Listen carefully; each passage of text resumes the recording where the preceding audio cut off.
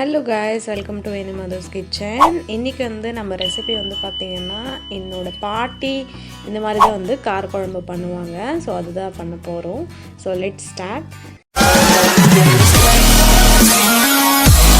First நம்ம oil heat பண்ணிக்கலாம். Oil heat ஆனதும் இந்த மாதிரி நல்லா வேக வச்சிருக்கேன்.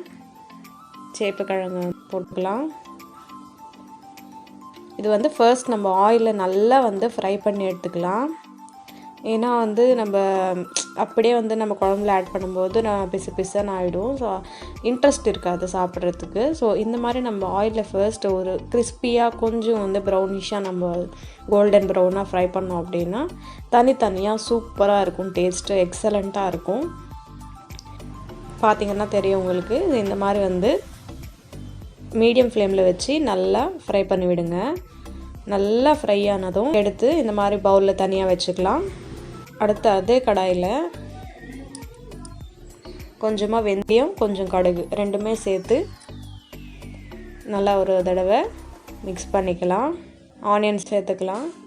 அதுக்கப்புறம் இஞ்சி நல்லா கிரேட் பண்ணி வச்சுருக்கேன். ஜஸ்ட் ஒரு 1/2 இன்ச் அளவுக்கு. இது நல்லா உங்களுக்கு என்ஹான்ஸ் பண்ணும் டேஸ்ட்டு. ஸோ அதுக்காக இது ஆட் பண்ணுறேன். உங்களுக்கு பச்சை மிளகா ஒன்று ஆட் பண்ணால் இன்னொன்று கொஞ்சம் டேஸ்ட்டாக இருக்கும். அடுத்து கொஞ்சம் கருவேப்பிலை வாசனைக்காக சேர்த்துக்கலாம். சேர்த்து ஒரு தடவை நல்லா மிக்ஸ் பண்ணிக்கலாம். அடுத்து தக்காளியை சேர்த்துடலாம். கொஞ்சம் புழிஞ்சு சேர்த்துக்கோங்க. கொஞ்சம் மஞ்சள் தூள் சேர்த்து நல்லா மிக்ஸ் பண்ணிக்கலாம். நல்லா சாட்டே பண்ணி நல்லா தக்காளியோட பச்சை வாசனை போகிற வரை ஃபுல்லாக வதக்கிக்கலாம். இப்போ ஓரளவுக்கு குக் ஆகிடுச்சு. சில்லி பவுடர் ஆட் பண்ணிக்கலாம். ஒரு 2 டேபிள் ஸ்பூன் அளவுக்கு சில்லி பவுடர் ஆட் பண்ணி நல்லா பச்சை வாசனை போகிற வரைக்கும் ஃப்ரை பண்ணிக்கலாம். அடுத்து 1 டம்ளர் அளவுக்கு தண்ணி ஊற்றுறேன். நல்லா மிக்ஸ் பண்ணிவிட்டு இப்போ நல்லா இது கொதிக்கணும். அந்த சில்லி பவுடர் ஸ்மெல்லெல்லாம் போகிற வரைக்கும் நல்லா ஒரு கொதி வரணும். அதுக்கப்புறம் நம்ம ஃப்ரை பண்ணியிருக்க சேப்பக்கிழங்கு ஆட் பண்ணிடலாம். இருக்கட்டும். தேவையான அளவுக்கு உப்பு சேர்த்துட்டு மிக்ஸ் பண்ணிக்கலாம். இப்போ பாருங்கள், ரொம்ப சூப்பராக கொதிச்சிட்ருக்கு. இந்த அளவுக்கு கொதிக்கும் போது தான் நம்ம சேப்பக்கிழங்கை போட்டுக்கலாம். சேர்த்துட்டு நல்லா ஒரு தடவை மிக்ஸ் பண்ணி விட்டுருங்க. எப்போவுமே ஒரு 10 to 15 மினிட்ஸ் நல்லா கொதிக்கணும். கொதித்ததுக்கப்புறம் ஒரு 10 மினிட்ஸ் சிம்லேயே வச்சு எண்ணெய் செப்பரேட் ஆகிற வரையும் கொதிக்க வைக்கணும். அடுத்து இப்போ பார்த்திங்கன்னா ஃபுல்லாக நம்ம 10 மினிட்ஸ் சிம்மில் வச்சதுக்கப்புறம் எண்ணெய்லாம் நல்லா பிரிஞ்சு வந்துடுச்சு. நல்லா கன்சிஸ்டன்சி இந்த மாதிரி நம்ம பண்ணோம் அப்படின்னா தான் நல்லா சூப்பராக நம்ம கன்சிஸ்டன்சி கொஞ்சம் திக்காக வரும்.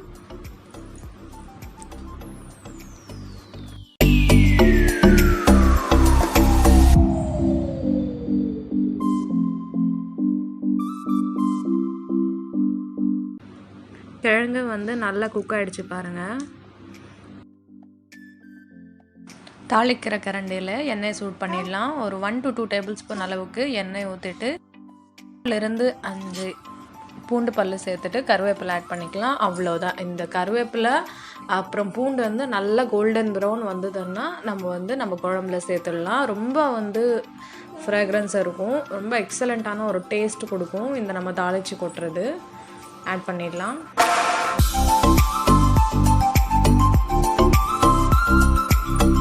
அவ்வளோதான்.